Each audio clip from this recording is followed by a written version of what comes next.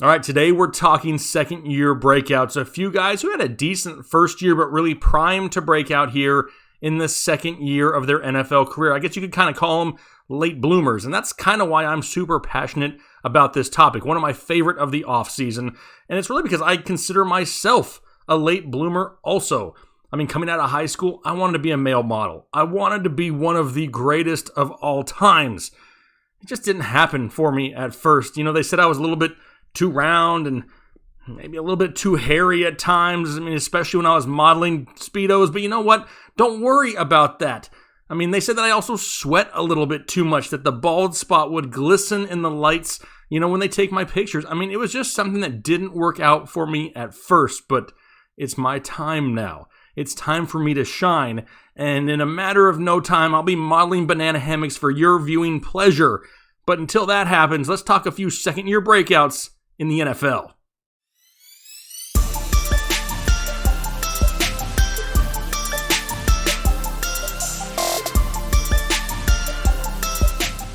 What is going on, Headliner Nation? Jake, Fantasy Headliners. Hopefully everybody's doing well out there. And today, talking about some potential second-year breakouts for 2020 fantasy football. A lot of names that we could talk about here in this show. A lot of rookies last year that showed a lot of promise. Now, obviously, we can't discuss them all here today. Why? Well, the show would be 3 hours long, and I would be out of content by like mid-June. But don't worry, I'm going to put up a list of names here that are our potential second-year breakouts for 2020 that we'll touch on at some point here throughout the offseason. So if you see some names that pique your interest, make sure you hit that subscribe button. You don't want to miss out. We'll talk about a few of these names here today, but before we do, I'm feeling a little generous, right? Need some good karma to get my modeling career going. So I'm going to give away a couple draft guides, and we've done this before in the past, and I'm going to start it here today on this show. So all you have to do, hit that like button and leave a comment down below that you're interested in the draft guide. The information that you see in this video is going to be similar to what you get in the draft guide. We're going to dig deep on some of these guys. This isn't just opinion based. We give you, opinions based off of facts and numbers, and then try to make those decisions just a little bit easier for you, the viewer, the team owner. That's what it's all about. So pay attention to some of this information we got. If you like it, make sure you subscribe and check out that draft guide. But let's get into the names here. And the first one we're going to be talking about is going to be Dwayne Haskins, quarterback, Washington Redskins. And I can hear you through the computer screen right now. You're looking at yourself, did this dude just say Dwayne Haskins? Why are we talking about Dwayne Haskins? Dude blows. Now I get it. He did. He struggled last year a lot in 2019, and he may be the most disrespected second-year quarterback of all the quarterbacks we listed earlier. And for the first 6 games, in his first 6 NFL game appearances anyway, he threw for 800 yards, 2 touchdowns, 6 interceptions, and only completed 54% of his passes. But after that, that's when things started to turn around for him. The last 3 games that he played, 564 yards passing, 5 touchdowns to only 1 interception, and completed 67% of his passes. It started to click later in the season, but people have already forgotten about this kid for the most part, right? Just 2 short years ago in 2018 at Ohio State, he threw for 4,831 yards and 50 touchdowns to only 8 interceptions in 14 games. His arm talent is apparent, right? He's got it. And he's kind of similar in that aspect to a Patrick Mahomes because he can deliver the ball from different arm angles. Now, don't blow that out of proportion. I'm not saying Dwayne Haskins is Patrick Mahomes. It's just one of those things that makes Mahomes stand out, that ability to change that arm angle to deliver it through different windows that Dwayne Haskins can do also. Just last year, Haskins finished second in the NFL in aggressive throw percentage at 22.7%. You may not know what that stat is. That's the percentage that he threw to a wide receiver with less than a yard of separation. It really shows that he's capable and has the talent to make the tough throws. But what about 2020? It's a new year. It's been a crazy year, but it is a new year. I mean, Haskins has approached it with maturity. He could have backed down after last year, tucked his tail between his legs, walked off, and let somebody else take this job, but he hasn't. He's been working hard all offseason. He's down around 11 pounds and lost about 4% body fat since the end of the 2019 season. That's only going to help him be more mobile in the pocket.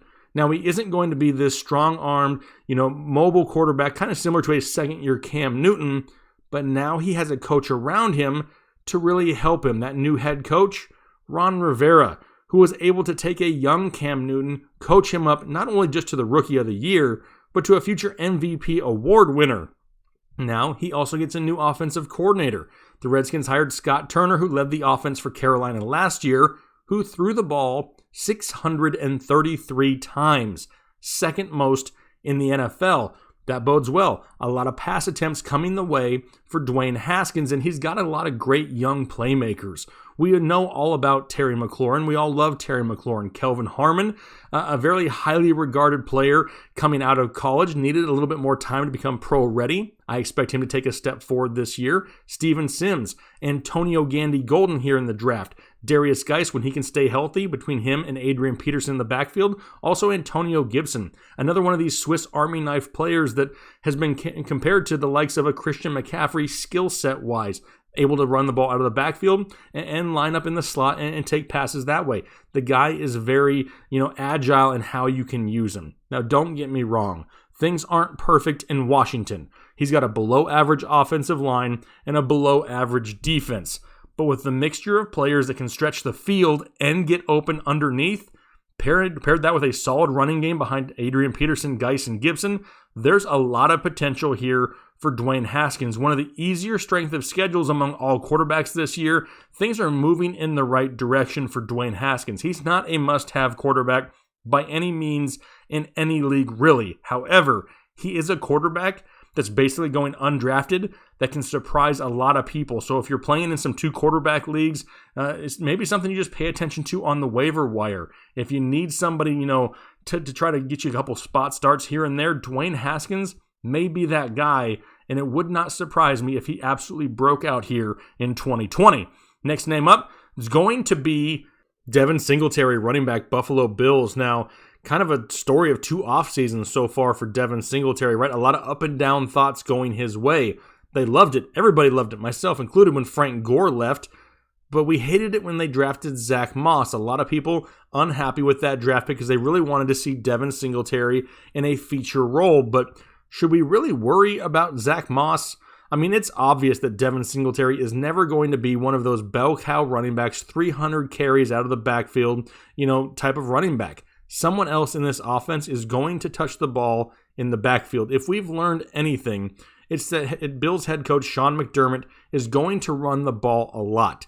Top 6 in the NFL have the Buffalo Bills been in rush attempts over the last 3 years.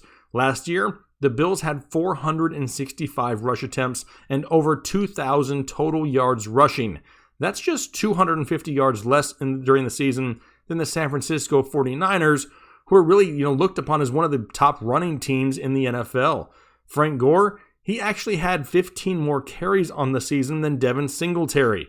I'm really not expecting Zach Moss to come in and do the same thing and out-touch Singletary here this year, which means more carries coming the way of Devin Singletary, which is great due to his efficiency that we saw at times last year. In 2019, Devin Singletary was 8th among all running backs in breakaway runs, which are runs more than 15 yards. He was 18th in evaded tackles and 3rd in juke rate, all while averaging over 5 yards per carry. He gets the luxury of having his entire offensive line return, as well as playing with a defense that's only gotten better. This defense is going to give them a chance to have a lot of late leads in ball games and rely more on the running game. However, most importantly, Buffalo is loaded on the outside to pull defenders outside of the box. Stephon Diggs, John Brown, a case of the Beasles with Cole Beasley, Dawson Knox. I mean, this is definitely an offense to really spread the ball around and open up the field, open up running lanes for Devin Singletary. If he can gain just 50 more carries, 50 more touches out of this backfield that were left behind by Frank Gore, we're easily looking at a 1,000-yard rusher with a handful of touchdowns.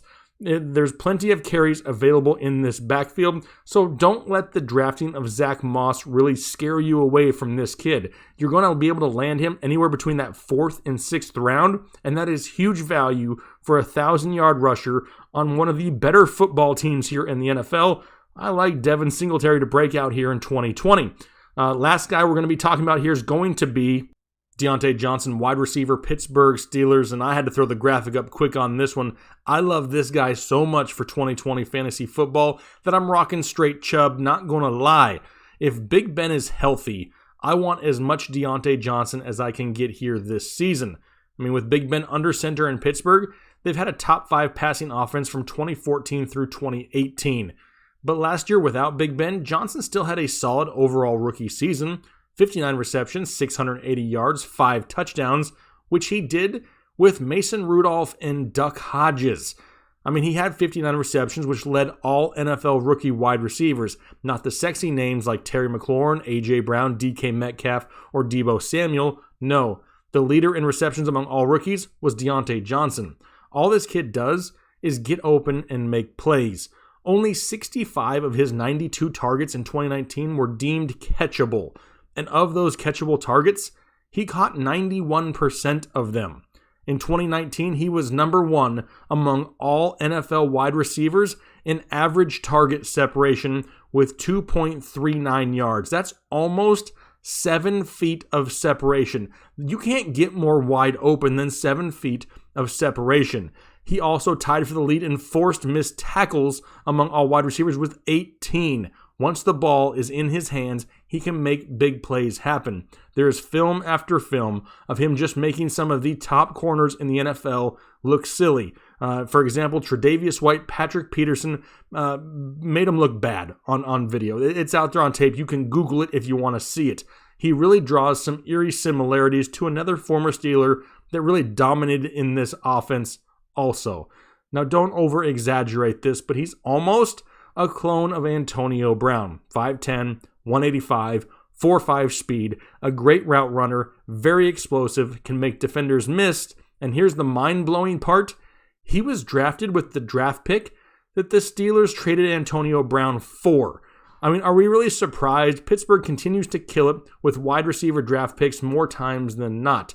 In an offense with so many playmakers, if Big Ben can stay healthy, we could have at least 2 1,000-yard wide receivers here in Pittsburgh. I get it. It's a risk.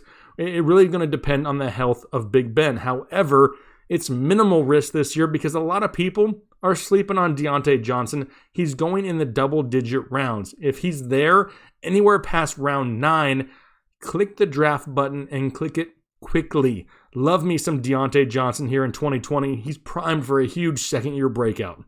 All right, there's a few players that are primed for second-year breakouts here in 2020 fantasy football. Like I said at the beginning of the show, don't forget, a lot of names that we could have talked about in this show. And just because we didn't, doesn't mean we won't here over the coming weeks and the coming months. We want to make sure that we give you new content on a weekly basis and don't repeat ourselves month after month after month, trying to really give you some value here this offseason. So if you appreciate it, hit that subscribe button. And don't forget, if you're interested in a free draft guide, I'll give away 2 here, end of the week. All you got to do, like the video, leave a comment down below, and you'll be entered to win a drawing for one of my 2 free draft guides that will give away almost 600 virtual pages of all things fantasy football. If you're interested in buying a copy, it's there on our website, thefantasyheadliners.com. But yeah, greatly appreciate the support. Looking forward to some feedback here. What are one of the players that you yourself are really looking forward to a potential second-year breakout? Maybe it was somebody I listed on the slide earlier. Maybe it's somebody we didn't even mention. Throw it down below in the comment section. Looking forward to interacting with you guys. Hopefully you have a great rest of your week. We'll talk to you later.